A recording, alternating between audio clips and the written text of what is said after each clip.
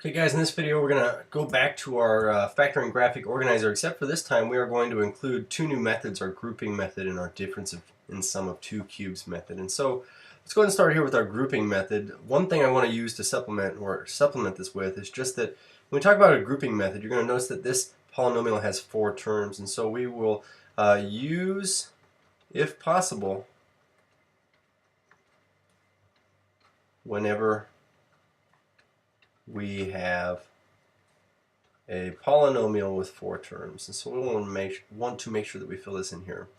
But this is our method that we use for our four-term thing. So going back to our last little diagram on the back of our graphic organizer there, we want to recognize that this is this method that we're going to try to use. If it has four terms, we won't use it any other time. And the way this works is, essentially we're going to use this word grouping is what we're doing with this polynomial. So we're going to group our first two terms together and our last two terms together in parentheses. So it would look like this. We would say, in parentheses, 2x cubed minus 8x squared. And then we always put a plus here. And the thing is, this sign that is on your third term, we always want to include that on our third term inside the parentheses here. So positive 3x minus 12. Now you might think it's redundant to have two positives. As a matter of fact, it is. But the thing is, if this is ever a negative right here, we want to make sure that that negative makes its way inside these parentheses. But after we get these two grouped together, we're going to group terms.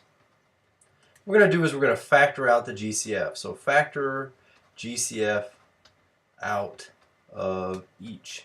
And the way that looks essentially is when we look at 2x cubed and negative 8x squared, we have a GCF of 2x squared. And so to take that out, we get left with x minus 4.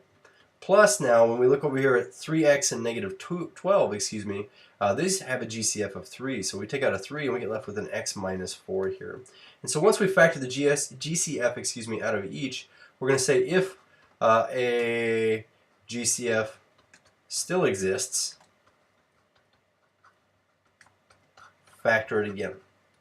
So remember that what we're doing is we're looking at now this term right here, this times this, plus this term, this times this, 3 times x minus 4, and saying, do they have anything in common? And they both have an x minus 4. So what we can do is we can take that out as a GCF. We say, if I take x minus 4 out of this, what we'd be left with is just taking these out, 2x squared plus 3. So 2x squared plus 3, and this would be our completely factored form here. And so that'll be our grouping method. Now our sum and difference of two cubes method, you're going to notice that this involves things that have two terms or binomials. So again, going back to the back of our graphic organizer, what I want you to do is kind of supplement this two terms column here and say, you know what, if it's not a difference of two squares, could it be a sum or difference, so addition or subtraction, of two cubes? And so these are things that look like this, a cubed plus b cubed, or they look like a cubed minus b cubed, but these are things that are cubes here. So one thing that I think is really kind of nice to have is just a list of cubes right off the bat. If we were to cube, say, the first 6 integers, what would we get? Just so that we recognize them, we get 1 cubed, 2 cubed is 8, 3 cubed is 27, 4 cubed is 64, 5 cubed is 125, and then 6 cubed is 216. Just know that you want to recognize these numbers as cubes because often we run into what we call sums or differences of cubes. Now, this is a little bit different than a difference of two squares. Remember that we can have a sum of two cubes, and that works just fine. But where it says a cubed minus b cubed here, let me try to highlight this so I can write on it. Try to be fast here, guys. Here we go. Bring to front. That's better. A cubed minus b cubed, what I want you to write is just a minus b. And where it says a cubed plus b cubed, we're going to write a plus b, where a and b respectively are the numbers that we could cube to get a cubed and b cubed. And so if you can tell me those things, then what we could say is this is always going to factor into this binomial first times a trinomial. And this is just kind of a weird pattern, but once you get this binomial set here, we use that binomial to help us fill out the three terms in this trinomial. We just start by taking the first term, a, in this binomial times itself, we get a squared, and this is true for both of these. Then we take the a times the b, or the first term times the second term. We just say that that's ab. We ignore the sign plus or minus, we don't mind. And then this last part here is just the second number, or b times itself, we say b squared. So some things, this is always positive, this last term, and then this term here is always the opposite of the sign we started with, which was the same as whatever sign was over here. So that means that if this is plus, this is minus. If that's minus, this is plus. And this is our factorable form. One thing that's worth mentioning is that these trinomials right here are not factorable. So if your job is to factor something completely, once you factor a sum or a difference of cubes, remember that we can't factor that trinomial. So for this x cubed minus 8, I notice that it's a difference of two terms here, and they're both cubes. So I'm going to get a binomial times a trinomial. We fill out the binomial first. What could I cube to get x cubed? X. What could I cube to get 8? 2. And this is minus because this is minus. Now everything over here just becomes the first number times itself, x squared. The first number, x, times the second number, 2, is 2x.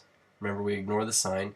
And then the second number times itself, 2 times 2 is 4, where this back 4 is plus. And this right here would have to be a plus because this one's a minus. One thing I do want to do on the second one is just switch it to being a positive to begin with, just to look at a sum of two cubes.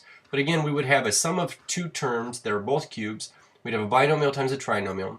And we would say, what could I cube to get 27x cubed? It'd be 3x. And what could I cube to get 64? 4. So this would be a plus because this is a plus. And to get everything in this trinomial, we'd say 3x times itself, 9x squared. 3x times 4 is 12x, and then 4 times 4 is 16, where this is a positive. And this would have to be a minus because this is a plus here. So to use this to our advantage, what we want to do here is factor these polynomials completely. Essentially, these are all two-termed things that we would look for a GCF first on. So for instance, number 7 here we say, is there a GCF? No. But I do notice that there are two terms. So is it a difference of two squares? Well, in this case, it's not a difference of two squares. It's even a sum, so it couldn't be a difference of squares. But is it a sum of two cubes is our next check here. A sum or a difference of two cubes, in this case, a sum. We say, yeah, these are both cubes. So we're going to factor this into a binomial times a trinomial, where this is x and this is 4. This is positive. We would say, well, x times x is x squared. X times 4 is 4x, and then 4 times 4 is 16, where this is plus, and this would have to be minus. Something like number 10, we would start by taking out a GCF if we could first, and we can. We can take out an 8 and an x. We get left with x cubed plus 8 here, but I notice this is even a difference of two cubes. So we could say 8x times a binomial times a trinomial, where what could I cube to get x cubed? X. What could I cube to get 8? 2. And this would be plus, and so we get x times x times 2, 2 times 2. This is plus, and in this case, this would be minus, and this would be our completely factored form here.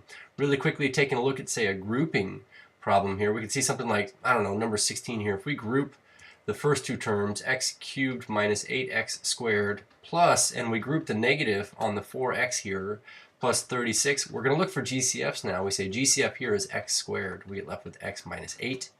Plus here, we're going to take out a 4 and the negative, so a negative 4. That leaves us also with an x minus 8. Because these are the same, we can factor that out. We get x minus 8 times x squared plus a negative 4. I'm going to write minus 4. And I even see here that this is a difference of two squares. So we can factor it into conjugate pairs, x plus 2, x minus 2. So looking for our other factoring patterns now, and factoring